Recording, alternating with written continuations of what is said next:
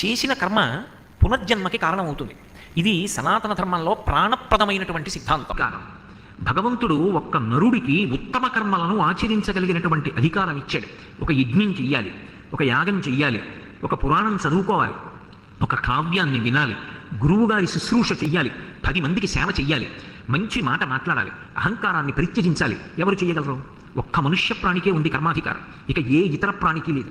కర్మ చెయ్యగలిగినటువంటి అధికారం ఉన్నవాడు మనుష్యులొక్కడే. ప్రయోజనము దేని కొరకు వచ్చింది అంటే కర్మ మనసుని సంస్కరించడం కొరకు ఉత్తమ కర్మ అన్న మాట వచ్చింది. మనసు సంస్కరించబడడం అన్నది ఒకసారి అలవాటు అయిపోయిందనుకోండి, ఆ మనసే అద్భుతమైన సాధనం అయిపోతుంది. అది చిట్ట చివరికి ఎక్కడికి తీసుకెళ్తుంది అంటే, ఏ కర్మ మనసుని లొంగతీయడానికి మీరు మొదలుపెట్టారో ఇక ఆ కర్మ అసలు చెయ్యవలసిన అవసరం లేని స్థితికి వెళ్ళిపోతాడు మనిషి. ఇది విచిత్రం. ఇది చాలా చాలా ముఖ్యమైన విషయాన్ని నేను ప్రస్తావన చేస్తాను. ఒకటి తిరియక్ అంటే పశువు. పశువుకి అసలు కర్మాధికారం లేదు. నేను ఇదిగో ఈ పని చేస్తాను అనడానికి, దానికి అలా సంకల్పం చేయడానికి కానీ, ఒక కర్మ చెయ్యడానికి కానీ దానికి అధికారం లేదు. నేను వెళ్ళి ప్రవచనం వింటానండి, దానికి అవకాశం లేదు. నేను అర్థం చేసుకుంటాను, అవకాశం లేదు. యజ్ఞయాగాది క్రతువులు చేస్తాను, దానికి అవకాశం లేదు. నేను ఏదో పుణ్యం సంపాదించుకుంటాను, దానికి అవకాశం లేదు. ఏదో కాకతాళీయంగా అనుకోకుండా దాని వలన ఏదైనా పుణ్యం జరగాలి తప్ప కర్మాధికారం మాత్రం దానికి లేదు. ఏదో కాకతాళీయంగా అనుకోకుండా దాని వలన ఏదైనా పుణ్యం జరగాలి తప్ప కర్మాధికారం మాత్రం దానికి లేదు. ధర్మరాజు గారిదే సిద్ధాంతం. ఏం చెప్పాడు? గత జన్మలలో చేసిన పాపపుణ్యములు ఉన్నాయి, అవి సుఖదుఖములుగా వచ్చాయి, మంచిది. ఇక్కడ మీరు చాలా జాగ్రత్తగా ఒక విషయాన్ని పరిశీలించవలసి ఉంటుంది. నేను గత జన్మలో ఏదో పాపం చేశాను, అది దుఃఖ రూపంలో వచ్చింది. ఇప్పుడు నేను భగవద్భక్తితో ఉన్నాను, నేను తెలుసుకున్నాను, పెద్దల వలన గురువుల వలన తెలుసుకున్నాను. ఏమంటే ఇది నేను చేసిన పాపమునకు ఫలితమే, అందుకే నేను దుఃఖపడుతున్నాను అని తెలుసుకున్నాను. అప్పుడు నా పాపము పూర్తయ్యే వరకు నేను దుఃఖపడుతూ కూర్చోవడమేనా?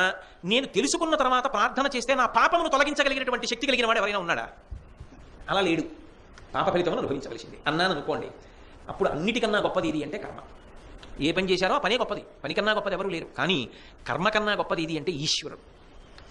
ఆయన సంతృప్తి చెందాడనుకోండి, వీడి యందు మార్పు వచ్చింది. వీడిప్పుడు భగవంతుణ్ణి త్రికరణ శుద్ధిగా నమ్మాడు. ఇప్పుడు వీడు ఇతర విషయముల జోలికి వెళ్ళటలేదు. వీడి పాపబుద్ధితో ప్రవర్తించి ఎవరిని బాధ పెట్టట్లేదు. కాబట్టి వీడు ఇంత బాధపడవలసిన అవసరం లేదు. కాబట్టి క్షమించి వీడు చేసిన పాపాన్ని ఇక్కడతో తీసేస్తున్నారు, పడిన దుఃఖం చాలు ఇక్కడతో తీసేస్తున్నారు అన్నాడు అనుకోండి, కథ సుఖాంతం.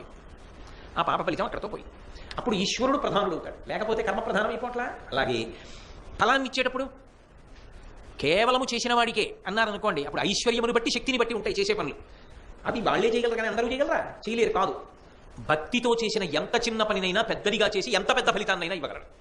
అది ఎవరన్నది కూడా ఆయనకు అనవసరం. ఒకనాడు ఒక సాలిపురుగు చేసింది, ఒక పాము చేసింది, ఒక ఏనుగు చేసింది, మోక్షం ఇచ్చాడు. అలా ఎలా ఇస్తావు?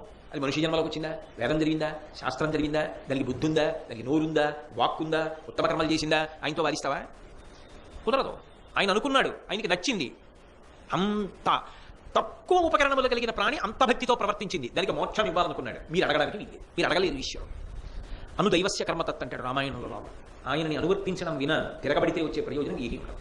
అందుకే ఏ వేదంబు పఠించలూత భుజగంబే శాస్త్రములు సూచే తాను ఈ విద్యాభ్యాసమునర్చె కరి చించే మంత్రముహించే బోధావిర్భావ నిధానములు చదువులయ్యా కాదు మీ పాద సంసేవాసక్తియ కాకజంతు తతికిన్ శ్రీకాళహస్తీశ్వర అంటారు. ఇప్పుడు మీరు గమనించవలసింది, నరుడిగా వచ్చినవాడు మాత్రం ఒకటి ఉత్తమ కర్మలాచరించి దేవతా పదవులకు వెళ్ళగలడు, 2 పాపకర్మలాచరించి అధోముఖంగా వెళ్ళి తిరియక్కు కాగలడు. నాకు పాపము వద్దు, పుణ్యము వద్దు. ఉత్తమమైనటువంటి కర్మలను కేవలం పరమేశ్వరుని యొక్క అనుగ్రహంగా ఆచరించి ఏ విధమైనటువంటి కౌరిక లేకుండా నిష్కామంగా ఆచరించినటువంటి భగవత్ప్రీతికరమైనటువంటి శాస్త్రము చేత ప్రోక్తమైన కర్మలను ఆచరించడం వల్ల ప్రీతి పొందినటువంటి భగవంతుని యొక్క అనుగ్రహం వలన పొందినటువంటి చిత్తశుద్ధి వలన పాత్రతను పొంది, ఆ పాత్రత కారణంగా పరమేశ్వరుడు అనుగ్రహించినటువంటి జ్ఞానం వలన ఇక మళ్లీ పుట్టవలసిన అవసరం లేని పునరావృత్తి రహిత శాశ్వత శివ సాయుధ్య స్థితిని పొందగలడు.